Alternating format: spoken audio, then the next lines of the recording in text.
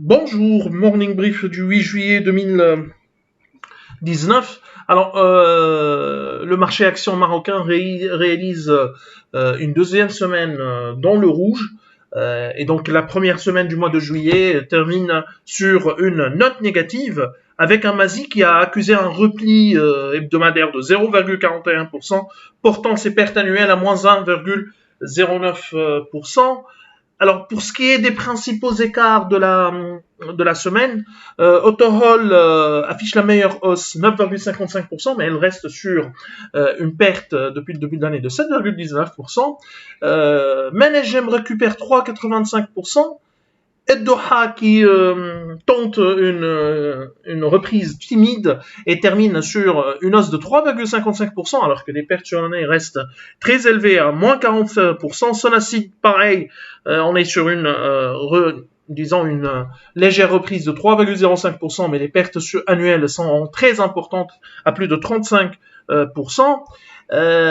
CIH Bank avance également de 2,90%. BMCE, Bank of Africa, 2,86% de gain. Tisway qui affiche également une hausse de 2,36%.